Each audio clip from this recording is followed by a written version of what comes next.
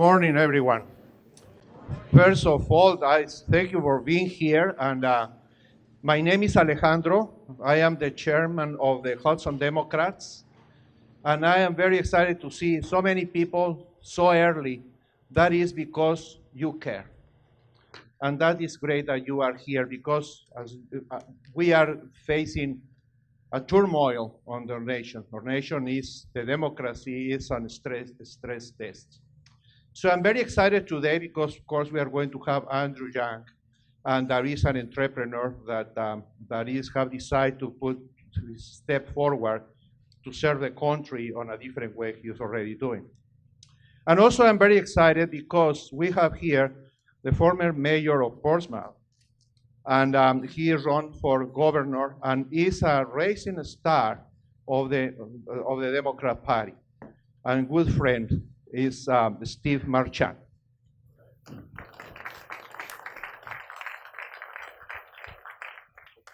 Thank you. I love Alejandro, and it's not just he was just really nice. All right?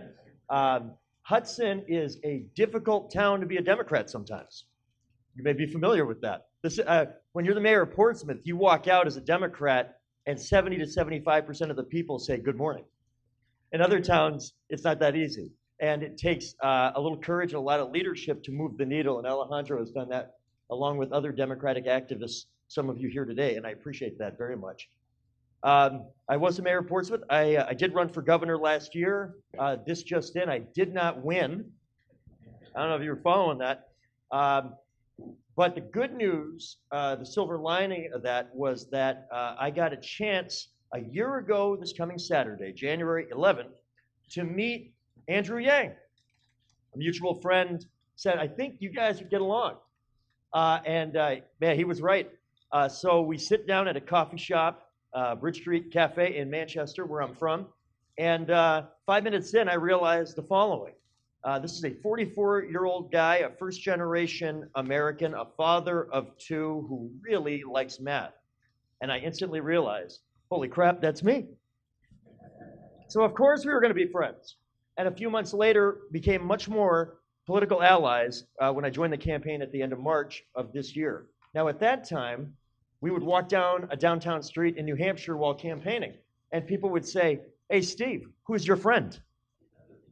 Well, now the polls and $16.5 million, fourth quarter fundraising, and finally the media blackout starting to lift. And all of a sudden, folks are going, hey, Andrew, who's your friend? And that's progress in my business. So in March, right before I signed on, we did an event together in Plymouth, the central part of the state. And there was a gentleman, it was the most ideologically diverse crowd I had seen in my 20 years of political activism in New Hampshire. I saw Trump voters and Bernie and Hillary and Stein and Johnson, and I've never voted before and I'll never vote again, the entire range. People that we need to engage, people that we need to persuade, and people that we need to make sure we do not insult on the road to persuasion, which is one of Andrew's greatest strengths, I would argue. And one of the people in that audience had a Make America Great Again sweatshirt on. And Andrew did his thing, which some of you have seen. And at the end of it, I went up to that gentleman and I said, I just want to check this out. You've just spent an hour and a half in a crowd wearing a MAGA shirt, listening to a young Asian man who wants to give every American $1,000 a month for the rest of their life. Have you attended the correct event, sir? Right? And he said, I have. And I asked him why, and he said this. He said, Donald Trump, it turns out, was the wrong answer to the right question. And Andrew Yang is the right answer to the right question. So I did the right thing and said, what the hell is the right question? And he said, here it is. How come at a time when people keep telling us that the metrics over the course of our lifetime that are supposed to measure success, record high GDP, record low inflation, record high stock market, record low unemployment, these things suggest that you should be, and all of your friends and neighbors, whether you live in Flint, Michigan, or Hudson, New Hampshire, should be in the midst of the greatest economic prosperity that you have felt in your lifetime. And yet, despite all that, your kids should unquestionably be prepared for a better economic future than you yourself have. And yet the majority of Americans, he said, the vast majority of Americans do not feel that way. They feel as if they are walking an economic tightrope with no safety net underneath. This is the reality of the American economy. How can the big numbers feel so good, and yet the level of economic anxiety be so real? Donald Trump promised a lot of things. And the reality is that the only way that Democrats are going to defeat Donald Trump will not be by saying that the reason they are running for president is simply to defeat Donald Trump.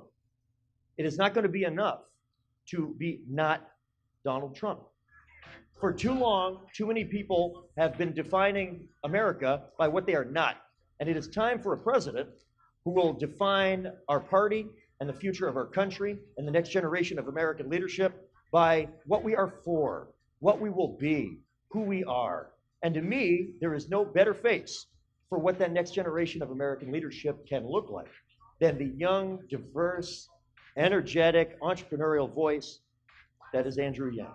What started with a coffee shop at the Bridge Street Cafe a year ago Saturday takes us to this coffee shop in Hudson, New Hampshire today, the third of 19 public events on what will be this long road. The next step will be Iowa in less than 4 weeks, and then New Hampshire, where our history, whether it's Jimmy Carter or Gary Hart or Paul Tsongas or John McCain or Bernie Sanders, suggests that when an outsider who has something important to say, regardless of party, communicates it in clear, innovative, and exciting ways, the people of New Hampshire are very open to that message.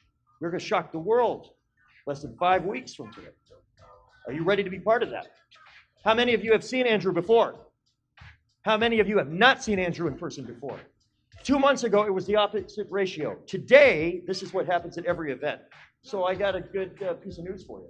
You don't have to wait much longer to see the next president of the United States because he's right behind me. Ladies and gentlemen, Andrew Yang.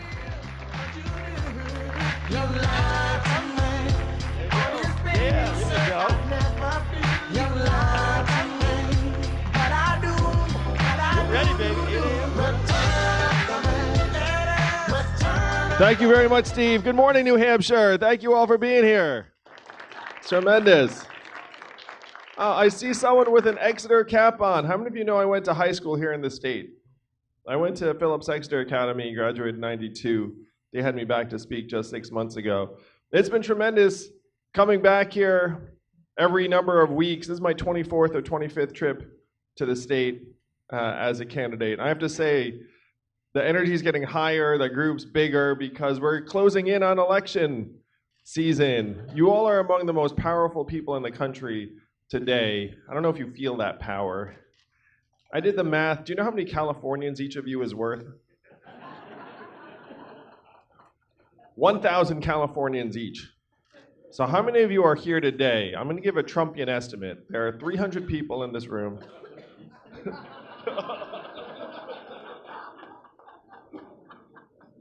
There are about 60 people in this room. 60 people is still 1.5 football stadiums full of Californians worth of election power. That's why it's a joy to campaign here. This is one of the only places in the country where democracy still works the way it's intended. Most of our fellow Americans look up and they see the government pipes as clogged full of lobbyist cash, and they despair they can do nothing about it. But you can. You can flush the pipes clean just like that in 4 weeks or so. Is that how much time we have? 4.5 weeks? Oh, you probably know I'm not a career politician. I'm an entrepreneur and problem solver. After I went to high school here in New Hampshire, I went to college in Rhode Island at Brown University. Then I went to law school, became an unhappy lawyer for 5 whole months. I left to start a business. How many of you all have started a business or club or organization or mailing list? Raise your hand on that. So if you have your hand up, you know a couple things. Number one, it's much harder than anyone ever lets on. And number two, when someone asks you how it's going, what do you say? Great. Everything's always going great. My little company went great until it failed. My parents told people I was still a lawyer because it was a little easier for them. But I've been bitten by the bug. I worked at another small company and then another, and then I became the head of a little education company that grew to become #1 in the US and was bought by a bigger company in 2009. Now, 2009 was the financial crisis. How many of you were here in New Hampshire 10 years ago? Now, how was the financial crisis in this part of the state? Difficult? Your family was on food stamps. You're not alone. I was at another event here in New Hampshire, and I asked that question, and a 14-year-old boy raised his hand. And I looked at him and I said, well, you must have been 4 years old. How do you remember 10 years ago?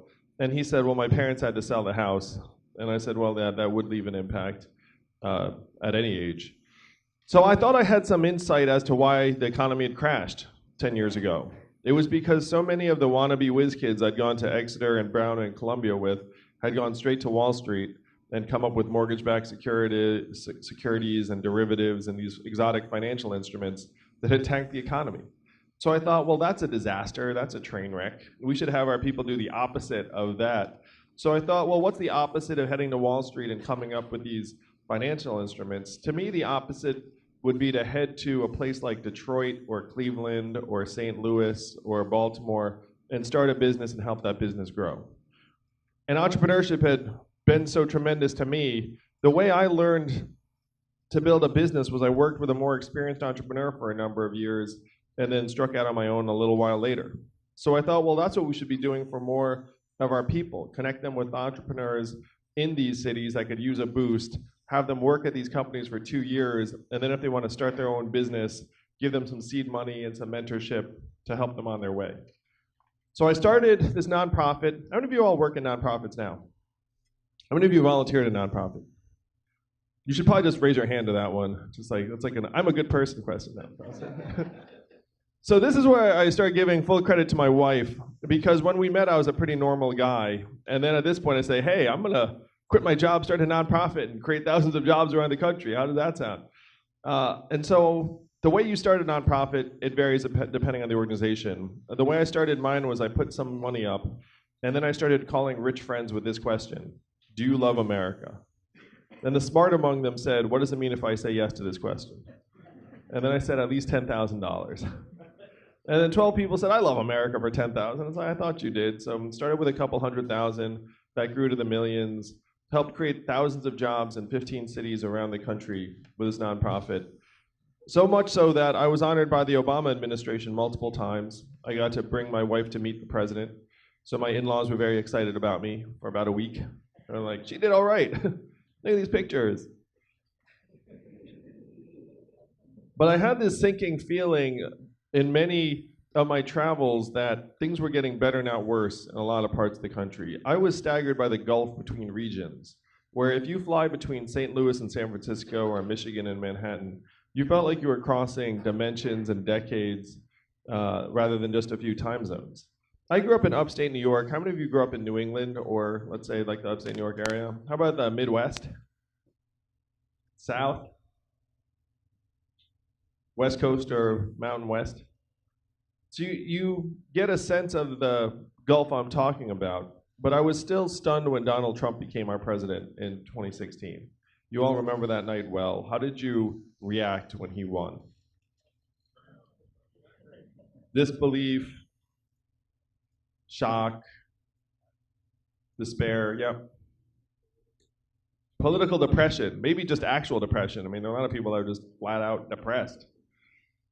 I was shocked too. To me, this was not business as usual, but tens of millions of our fellow Americans taking a bet on the narcissist reality TV star as our president. And we all have family members and friends and neighbors who are excited about his victory. I know this because I have, and I'm sure you do too. So to me, this was a full stop red flag where I said, okay, here I am being celebrated as the guy who's helping create thousands of jobs around the country, and now Trump wins.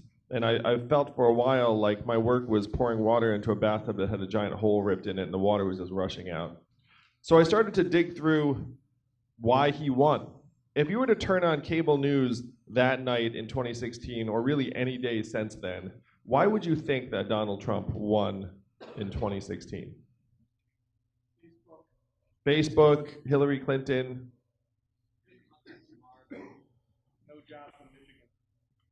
So that's where I'm going. Well, the other explanations: Russia, racism, FBI, Comey, Electoral College.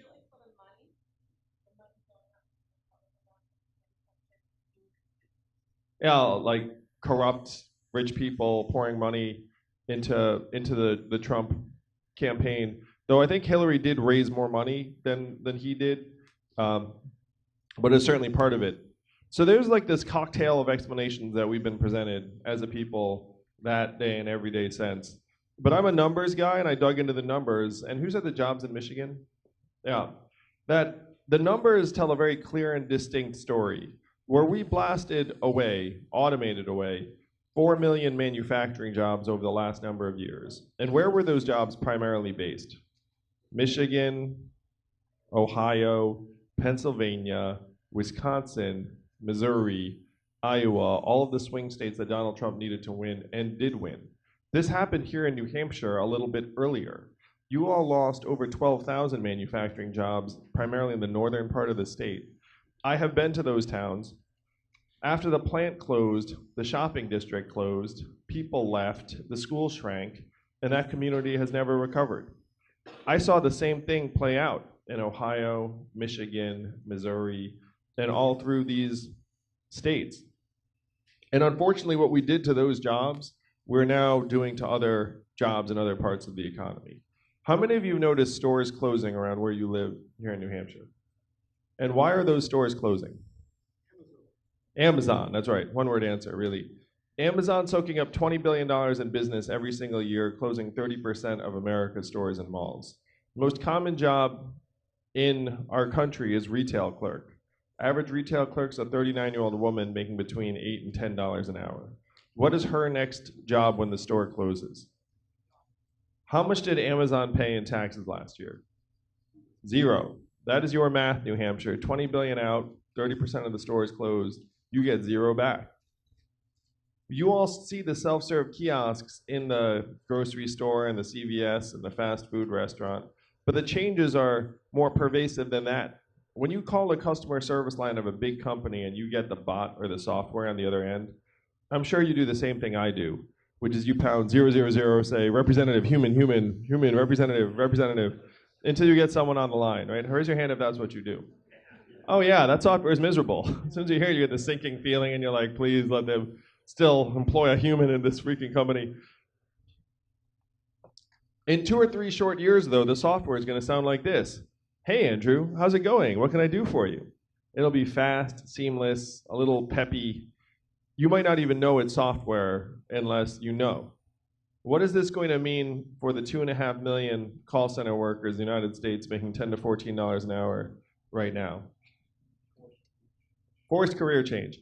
I spoke to 70 CEOs in New York City and I asked them, how many of you are looking at replacing your back office clerical workers with AI and software over the coming months? Guess how many hands went up out of 70? All of them. That's the system we built.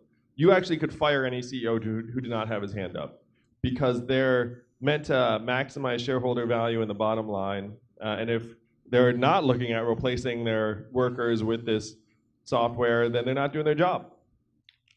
The rubber is really going to hit the road when the robot trucks hit the highways. How many of you know a truck driver here in New Hampshire? It's the most common job in 29 states, 3.5 million truckers. My friends in California are working on trucks that can drive themselves. They say they're 98% of the way there. A robot truck just transported 20 tons of butter from California to Pennsylvania last month with no human intervention. Why butter? I have no idea. What is this going to mean for the 3.5 million truckers or the 7 million Americans who work at truck stops, motels, and diners that rely upon the truckers getting out and having a meal every day? If you think about it, our highways are like a circulatory system, and the trucks are like blood cells transporting goods. And then they stop and get out and go to sleep and have meals and all of this. Almost 10% of the jobs in the state of Nebraska support truckers. What happens when the trucks don't stop in Nebraska anymore? What happens to all of those truck stop communities in the middle of the country? We're in the midst of the greatest economic transformation in the history of our nation, what experts are calling the 4th Industrial Revolution. When's the last time you heard a politician say the words 4th Industrial Revolution? Just now, 3 seconds ago. And I'm barely a politician. So these were the facts and figures I was unpacking in 2017. Trump wins. I say, stop the press. I need to figure out what happened. There's a straight line up between the adoption of industrial automation in a voting district and the movement towards Trump in that district. The strongest correlation anyone can find. We're scapegoating immigrants for problems immigrants have next to nothing to do with. I look up and say, wow, my country does not understand what's happening. So I do the logical thing, which is I go to our leaders in Washington, D.C., and I sit down with people and I say, hey, what are we going to do to help our people understand and manage this transition? And what do you think the folks in D.C. said to me when I asked them this? They laughed. At another event, someone imitated the Scooby-Doo noise. It was like, oh. The three main responses I got were, number one, we cannot talk about this. Number two, we should study this further. And number three, we must educate and retrain all Americans for the jobs of the future. How many of you have heard someone say something like that at some point? And then I said, look, that sounds great, but I checked out the studies. Do you all want to guess how effective the government-funded retraining programs were for the manufacturing workers who lost their jobs in the Midwest? That's right, Yang Gang, love it. 0 to 15%, they're a total dud. The truth is, half of those manufacturing workers never worked again. And of that group, half filed for disability to survive. You then saw surges in suicides and drug overdoses in those communities to the point that each of those overtook vehicle deaths for the first time in American history, and our life expectancy has now declined for the last 3 years in a row because of those spikes. You all want to know the last time America's life expectancy declined 3 years in a row? World War II is a good guess. Great Depression's another good guess. It's further back than that. You have to go back to the Spanish flu of 1918, a global pandemic that killed millions, to find a time in American history where our life expectancy declined for 3 years in a row. It is highly unusual for life expectancy to ever decline in a developed country. It ordinarily just keeps creeping upwards because you're getting richer, stronger, healthier. But here in the US, it's gone down and then down and then down again. So when I said this to the folks in DC, I said, hey, retraining's not working and people are not finding the new roles. The response to that was, I guess we'll get better at it. And one person said something that brought me here to you all this morning. He said, Andrew, you're in the wrong town. No one here will do anything about this because fundamentally this is a town of followers, not leaders. And the only way we will do anything about it is if you were to create a wave in other parts of the country and bring that wave crashing down on our heads. And I said, challenge accepted. I'll be back in 2 years. That was 2 years ago. Now I stand before you, fifth in the polls and rising to be the Democratic nominee. We raised $16.5 million last quarter in increments of only $35 each. So my fans are almost as cheap as Bernie's. No corporate PAC money, all grassroots donations. Those ads you might have seen on TV, just all grassroots donations. People putting up $5, $10, $20. And then we gave it to the TV stations to reach people in New Hampshire because you all are super powerful. How many of you saw the ads out of curiosity? Great, that means I don't have to fire anyone. Excellent. So the question is, how do we actually flush the pipes and start moving the country forward? What is the vision that we're meant to take to our fellow Americans in just a few short weeks? We have to rewrite the rules of the 21st century economy to work for us, to work for you, to work for our families as quickly as possible. If you're here today, at some point over the last number of days or on TV, you heard that there's a guy running for president who wants to give everyone $1,000 a month. How many of you saw that at some point? If you haven't, you were like, he wants to give what? I know the first time you heard it, it seemed like a gimmick, like a joke, too good to be true, will never happen. But this is not my idea, and it's not a new idea. Thomas Paine was for it at the founding of the country. He called it the citizen's dividend for all Americans. Martin Luther King, whose son I met with in Atlanta, was fighting for this in the 60s. It is what he was fighting for when he was killed in 1968, called a guaranteed minimum income for all Americans. 1,000 economists, including Milton Friedman, one of the fathers of modern economics, endorsed this in the 60s, and it passed the US House of Representatives twice in 1971 under Nixon. It was called a Family Assistance Plan. Would have guaranteed an income level for all Americans. And then 11 years later, one state passed a dividend where now everyone in this state gets between $1,000 and $2,000 a year, no questions asked. And what state is that? And how does Alaska pay for it? And what is the oil of the 21st century? Technology, data, AI, self-driving cars and trucks. A study just came out that said that our data is now worth more than oil. How many of you saw that study? How many of you got your data check in the mail last month? If our data is now worth billions and billions of dollars, who's getting the checks? Facebook, Amazon, Google, Apple, and the trillion-dollar tech companies that are paying zero or near zero in taxes. Do you see the game? The reason why we feel like we're getting sucked dry is that we are getting sucked dry. How many of y'all are parents like me? If you're a parent, you've had this sinking feeling that your kids are not going to have it as good as we've had it. If you were born in the 1940s in this country, first, congrats. That's pretty good. It's a good run. If you were born in the 1940s, there was a 93% chance you were going to be better off than your parents. That's the American dream that we've aspired to. That's what brought my family here. If you were born in the 1990s, which is some of you, you're down to a 50-50 shot and it's declining fast. So the parents here that we feel like we're leaving our kids a less stable, less secure, less prosperous future, we feel that way because we are. And we have to change it. You have to change it. You're the only people in the country who can actually get back this value that's getting sucked up to the cloud and bring it back to your communities, bring it back to our kids. I'm not running for president because I dreamt about being president of the United States. Those were not the conversations in the Yang household. Trust me on that. It's like my parents weren't like, you're gonna be president. It was more like, you know, why are you so terrible? Anyway. I'm running for president because, like many of you, I'm a parent. I have seen what the future holds for our kids, and it is not something I'm willing to accept. We owe them better. They deserve better.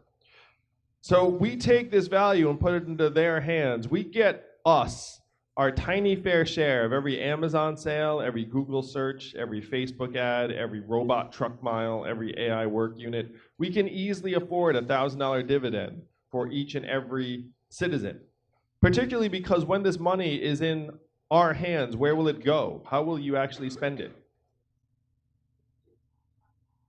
How much of it will stay right here in New Hampshire? Most all of it. You might get your own Netflix password for a change, like a little bit of it would float up. But most of it would go to car repairs you've been putting off, and daycare expenses, and Little League signups, and local nonprofits, and Democratic Party dues, and religious organizations, all the things that make your community stronger and more vibrant. This is the trickle-up economy from our people, our families, and our communities up. And this would work very, very quickly. This would also give our kids a firm foundation and let us look at them and say to them, and know it, your country loves you, your country values you, and we are going to help provide for your future. Now, we're getting bombarded all the time with these messages about how great things are going. You've all seen them, right? It's like GDP record high, corporate profits record high, stock market record high, headline unemployment record low. And so you're like, oh, things must be great. But then you look around your families, your communities, and you say, I don't really feel like things are great. And it's like, what's wrong, the numbers or your feelings? You have record high corporate profits in the United States right now. You know what else are at record highs? Financial insecurity, student loan indebtedness, stress, anxiety, mental illness, suicides, depression. You know what are at record lows in this country? Starting a business, getting married, starting a family, moving across state lines. Pretty much any act of sustained optimism has dropped to either record or multi-decade lows. If your corporate profits are going up and your life expectancy is going down, which do you listen to? You know which one DC is listening to. DC can't even see the people in life expectancy. They're just staring at the dollar signs. This is one reason why Trump won. What we have to do is actually line up the economic measurements and how we are doing in our communities. And I know how wrong our economic measures are in part because of my own family. My wife is at home with our 2 boys, one of whom is autistic. How much is her work valued at in our economic measures every day? 0. And it's not just her and the stay-at-home parents around the country, or the caregivers who are taking care of ailing loved ones, or the volunteers and activists, or coaches, or mentors, or artists 99% of the time. I'm even going to put journalists in this category too, because we've gotten rid of 2,000 local newspapers in this country. How can you have a functioning democracy if no one knows what's going on in their community? We are zeroing out the things that we claim to value most in our lives: family, community, democracy. And we are saying it's okay if you zero them out, because at this point, economic value and human value are now the same thing. That's what you have to clarify and change, New Hampshire. You have to let our fellow Americans know that we have intrinsic value as citizens, as Americans, and as people. That's the fundamental message that you have to take to the rest of the country, that we can humanize our economy and make it work for us. As your president, I will upgrade and modernize our economic measures from GDP, which is 100 years old, and even the inventor of GDP said a century ago, this is a terrible measurement for national well-being and we should never use it as that. And here we are 100 years later following it off a cliff. Does that make sense to any of you? Robot trucks will be great for GDP and corporate profits. They're going to be terrible for many Americans. So we have to get the measures right. As your president, I will measure our progress through our wellness and life expectancy, the proportion of Americans who can retire in quality circumstances, childhood success rates, clean air and clean water. How many of you are worried about climate change? Now, we can build environmental sustainability into our economic measurements. What do you think the cost of climate change will be? If you were to factor it in, it would be trillions of dollars and unfortunately thousands and thousands of lives. So then you realize that inaction is actually incredibly expensive, and you have to build in and internalize the cost of what climate change will mean. How about mental health and freedom from substance abuse? These are the ways that we could actually see how we are doing, what the real problems are, and we would realize that we have a mental health crisis on our hands, that we have a wellness recession, that we have a civic engagement depression, that all of these things that are central to our way of life are actually plummeting, even as corporate profits are heading up. So this is your charge, your mission in just a few short weeks, to take this to the rest of the country, and it will spread like wildfire. There's so many people waiting for it. There's so much eagerness. That's how a guy you never heard of 12 months ago, who the country never heard of 12 months ago, has already outlasted and outperformed half a dozen senators, governors, congresspeople, is because I'm focused on the real problems that got Donald Trump elected and how to move our country forward. Donald Trump's our president today because he had a very simple message. He said he was going to make America great again. And what did Hillary Clinton say in response? America's already great. Remember that? It's been a long 3 years. I know. But it's about to end. Oh, thanks. Thank you. That was one reason I was pausing. Thank you for picking up on that. So Donald Trump got the problems somewhat correct. The reason why Hillary's response did not go over well is because many Americans heard it and said, wait a minute, the problems are real. There is real suffering in our communities. But Donald Trump's solutions were the opposite of what we need. What were his solutions? Build a wall, turn the clock back, bring the old jobs back. New Hampshire, you know we have to do the opposite. We have to turn the clock forward. We have to accelerate our economy and society to rise to the real challenges of the 21st century. We have to evolve in the way we think about ourselves and our work and our value. I am the ideal candidate for this job because the opposite of Donald Trump is an Asian man who likes math. Thank you very much. Love to take some questions. Thank you. Because you're new to the campaign, you may not know this, but math is an acronym, and what does it stand for? Make America think harder. That's right. That is your job in just a few weeks. It is your job to move us not left, not right, but forward. And I know that's just what you'll do. Thank you all. Let's make history together and win in 2020. Sir, you had a question. I'm going to give you the mic. It's a cost of health care and the effect on startups and economic health in general and insurance and all that sort of stuff. But healthcare costs. Yeah. I'm very passionate about this, sir. No American has ever gotten this letter from their insurance company. Great news, your rates are lower this year. Oh, it's like, how is this possible? And none of us have ever gotten that letter. It's because our healthcare system's not designed to make us healthier. What's it designed for? Maximal revenue and profits for the drug companies, the device companies, and the private insurance companies. That's why we are being driven to distress. There are so many problems up and down because the incentives are all wrong. And I'm the numbers guy. Anyone who says we can't pay for healthcare for our people does not know what they're talking about. We are spending $3.6 trillion a year now, twice as much as other countries, to worse results. And about 30% of that 3.6 trillion is categorized as waste. But it's not waste for the drug companies, the device companies, the insurance companies. They're profiting from it. They're there. I'm going to tell a story that's right from here in New Hampshire. How many of you know who Dean Kamen is?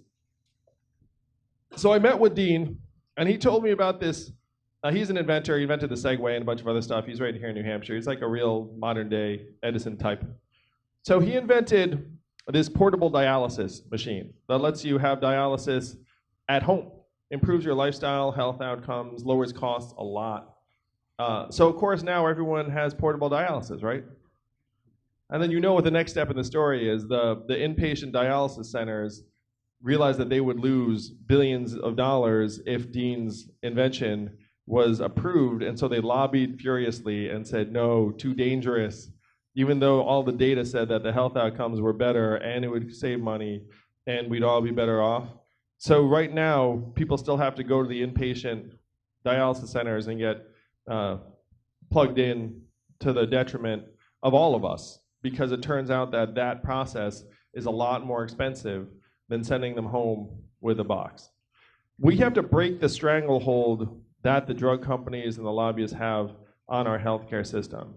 And the biggest way we do that is by having a universal healthcare plan that everyone can access, that we can use to outcompete and provide real competition for the private insurance companies, and make it so that they either bring their prices down, bring their benefits up, or just get the heck out of the market. My plan is to do just that. I'm not someone who wants to legislate away all private insurance all at once, because I think that that would be problematic and disruptive for many Americans who enjoy their coverage and might even have negotiated away higher wages for those plans.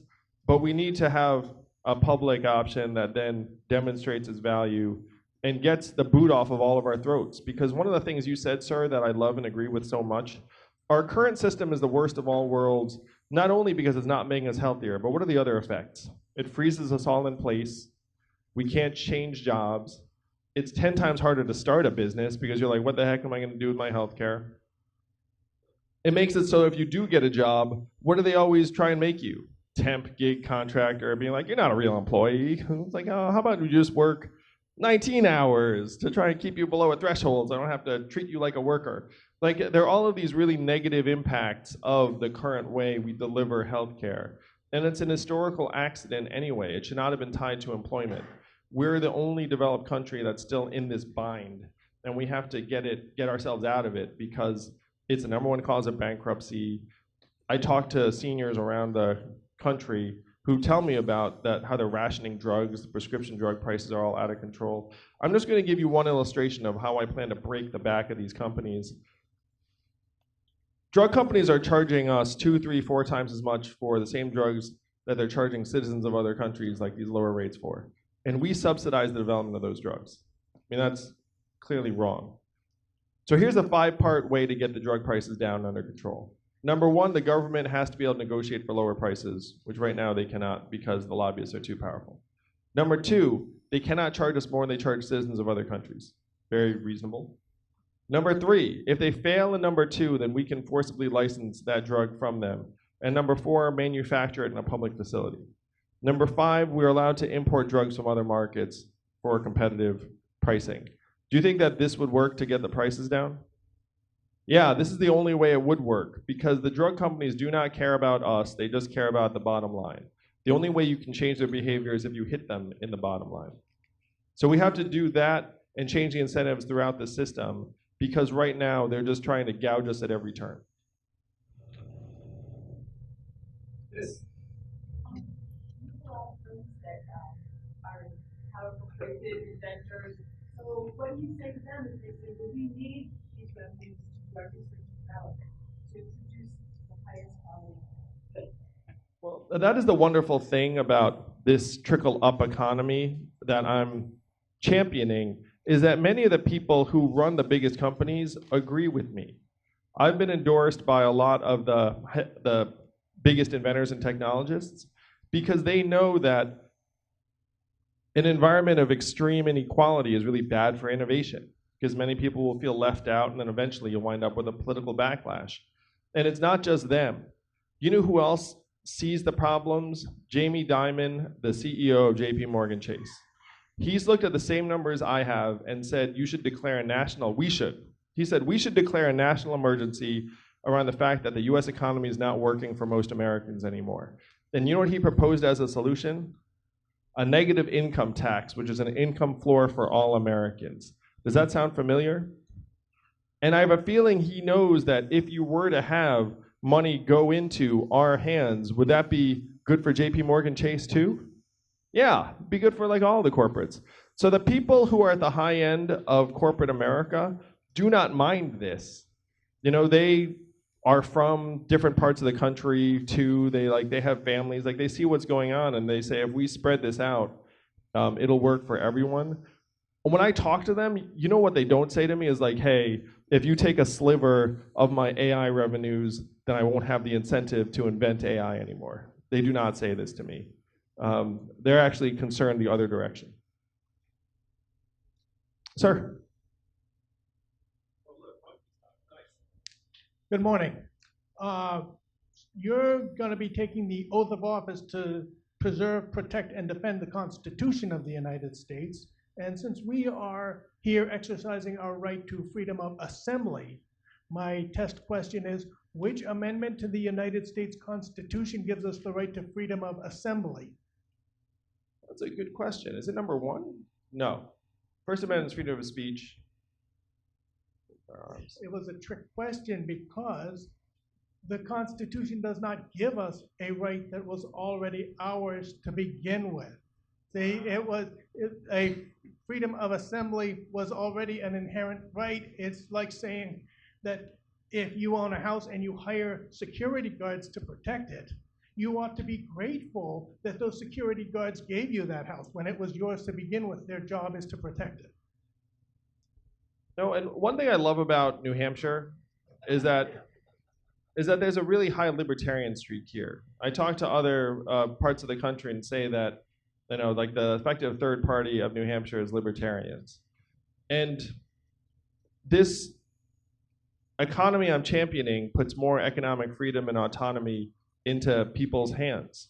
The freedom dividend, live free or die, libertarians, it's all very aligned. Because we have to look up and say, Washington, D.C. today is the richest city in our country. What are they producing? No one really knows. But their business is very good, clearly. So the question is, how do we put more of those resources into the hands of our people, of our communities? Donald Trump said he wanted to drain the swamp, and that resonated with lots of Americans. I want to do something slightly different. I want to distribute the swamp. So what do I mean by that? Why do we employ hundreds of thousands of people in the most expensive metropolitan area in our country? Why don't we try and move some of those jobs to Ohio, Michigan, New Hampshire, Nebraska, Florida? You would save billions of dollars because the cost would all of a sudden be much, much lower. And I would argue that the decision making would be better because they'd actually live someplace normal and not in a DC bubble where they just talk to each other all the time. So that's one of the principles I'd have, is that we have to try and get more value to our communities and into our hands. And I think that many libertarians agree with this because they feel like we are best able to solve our own problems better than a government administrator. A young person in the front, why not? Oh wait, look, he's got a mic for you. I'm gonna hold this one. I'm very possessive of this one. That's fine. So, we've been having a lot of issues and trouble in the Middle East right now, and I guess we've spoken a lot about jobs and what that means to the American people, but we're really upset about what's going on over there. What do you think your stance is going to be as far as foreign policy in the Middle East? I was one of the candidates who came out and said that killing Soleimani was a mistake, and that it's a mistake for us to respond disproportionately in a way that elevates conflict and tension in the Middle East and really anywhere. And I know it's a mistake because 75% of Americans want nothing to do with a war in Iran. So then if 75% of Americans do not want war with Iran, how is it that we're in this position when the Constitution says that it's an act of Congress to declare war? What happened was Congress ceded the authority 19 years ago to the executive branch with the AUMF, the Authorization of Use of Military Force. And that is not the will of the people. It is not what the constitutional framers intended. We have to put that power back into Congress where it belongs. I would repeal the AUMF. And I would pursue investing in diplomacy, our partnerships and alliances. It was James Mattis that said that if you invest more in diplomats, then you spend less on ammunition. And that should be what we're pursuing as a country. We spent over $1 trillion in Iraq, $6 trillion in the Middle East. And I've met with hundreds, even thousands of military veterans who are back home from those wars, and they've been struggling with injuries and health issues and PTSD and finding opportunities. The cost of these conflicts has been nearly incalculable. So we need to put those resources to work, actually making us stronger and more secure here at home.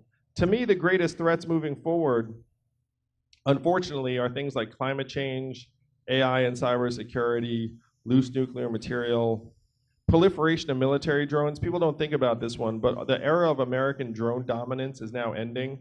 There are now 30,000 military drones in the hands of 95 different countries and non-state actors. It is very hard to secure a location against something the size of a flying vacuum cleaner. So these are some of the issues that are coming up now. And if you have an additional aircraft carrier, they don't make you more resilient to climate change. They don't protect your infrastructure from cyber attacks. So we need to take the $700 billion that we're currently spending on our military and try and channel it towards things that would actually make us safer and more secure. So that's my outlook on foreign policy. I would follow the will of the American people, and the American people want to end the forever wars. Thank you. All right, we have time. I've got to play the bad guy. One more question. We're going to have time for some selfies and all, and quick conversation. One more question, however. I think I've gone a little guy heavy, so one of the ladies. Miss, in the back. Hi there. Top green indeed. I love it. Yeah. One of the things that confronts the citizens of our state is we are an aging population, second only to the state of Maine. And as people age, the average Social Security income is around $1,300.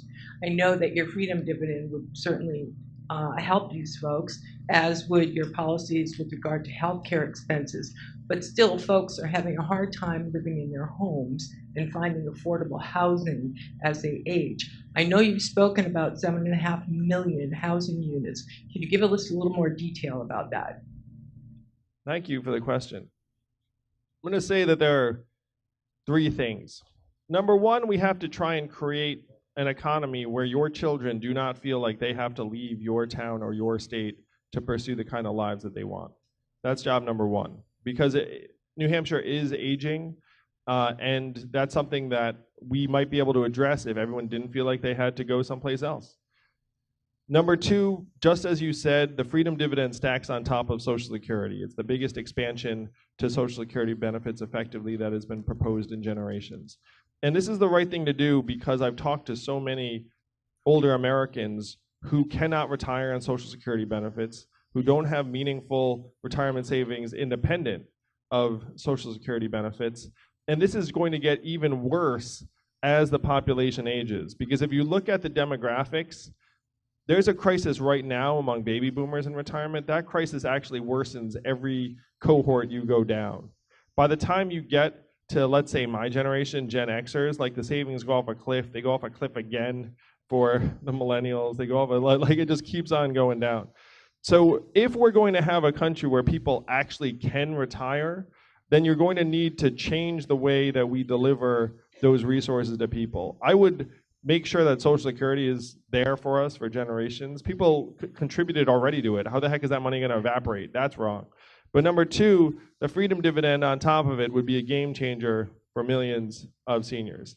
Number three, you hit the nail on the head where there are three core sources of inflation in American life that are making us miserable, particularly if you're on a fixed income. I have parents. They're on a fixed income too. I understand. It took me a little while. When you're young, you're like, I don't understand what's going on. But then when you talk to your parents, you're like, oh, wait a minute. You know exactly how much money you're going to get. It's not going to grow. You don't have some massive earning potential. There's no way you can tell yourself a story. So then you have this plateau, and then your costs keep creeping up. And what are those costs? Housing, healthcare, and if you're responsible for it, education. Those are the huge sources of inflation that are making us miserable.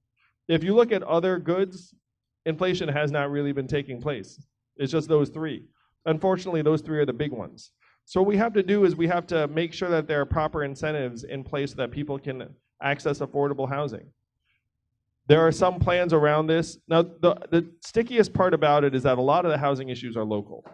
And no one wants the federal government to come in and be heavy-handed and say, hey, we're going to like override your zoning regs, we're going to do this, we're going to do that. But what the federal government can do is they can provide resource and development incentives to subsidize the development of more affordable housing units and invest in some of the more modern building techniques that can allow you to build really nice places that are very, very inexpensive. There are some things that we can do that we should have been doing years ago. But to me, there are some basic things that we need to deliver to the American people, essentially as rights of citizenship. $1,000 a month, healthcare, education that we can be proud of, and housing. And if we're failing in any of these things, then we need to channel billions of dollars in federal resources to make it more manageable for communities. All right, ladies and gentlemen, we're going to do some selfies in a minute, but first, give it up again for Andrew Yang. Thank you, Hudson. Thank you. Yeah, let's win this whole thing. And remember our friend Alejandro, who was very gracious at the beginning? What a great way to end as well. Alejandro, I know you have something on behalf of the Hudson Dems to give to Andrew. First, I want to say thank you for running, thank you for running and go out of your comfort zone and your life to run for president. I really appreciate, and all of us, we appreciate. What I say whenever anyone thanks me is thank my wife. Okay. So, and also we want, as a token of appreciation on behalf of the Hudson Democrats, we want to give you this T-shirt that is New Hampshire, First of the Nation. Thank you, Alejandro. I love it.